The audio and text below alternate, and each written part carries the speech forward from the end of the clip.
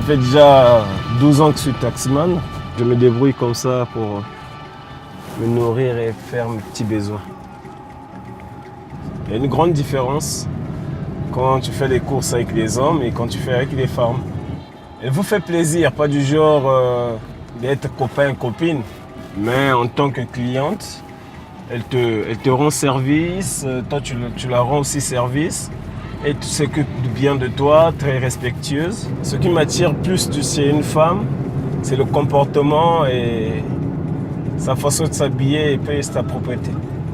Qu'elle soit pas violente, très respectueuse, obéissante. C'est ça qui m'attire plus chez les femmes. C'est-à-dire quand je la commande, elle obéit. Souvent ici au Congo, les hommes ne sont pas soumis. C'est les femmes qui sont vraiment soumises aux hommes.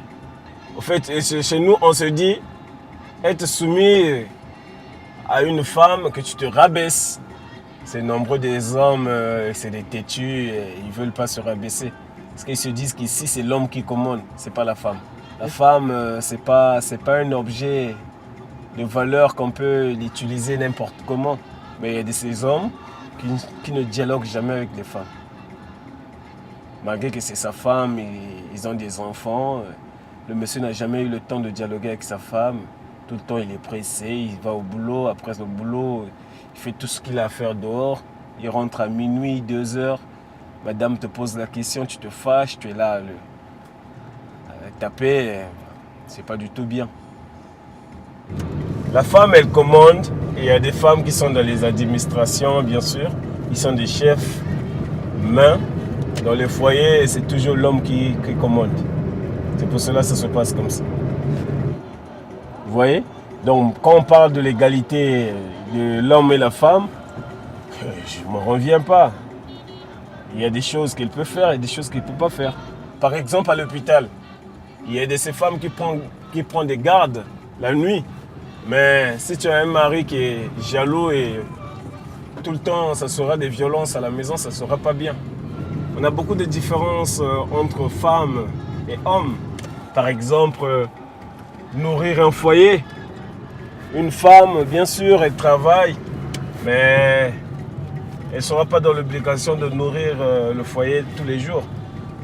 Depuis nos origines, c'est toujours l'homme qui nourrit la femme ici au Congo. Bon, je ne sais pas dans d'autres pays, mais ici au Congo, c'est l'homme toujours qui nourrit la femme.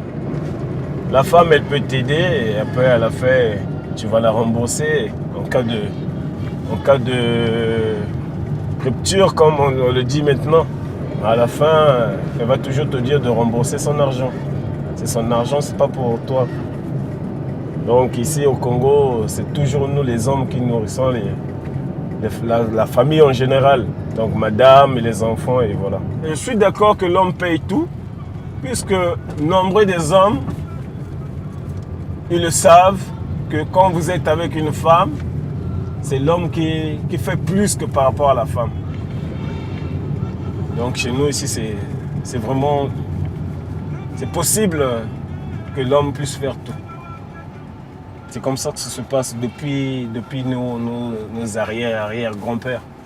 Donc c'est ce que nous tous on honte de suivre.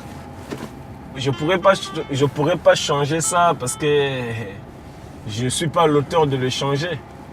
Ça, c'est la haute classe politique qui peut changer ça. Disons le gouvernement. Si le gouvernement peut changer ça, nous tous, on sera d'accord. Mais si le gouvernement ne peut pas changer, là, il n'y a rien à faire.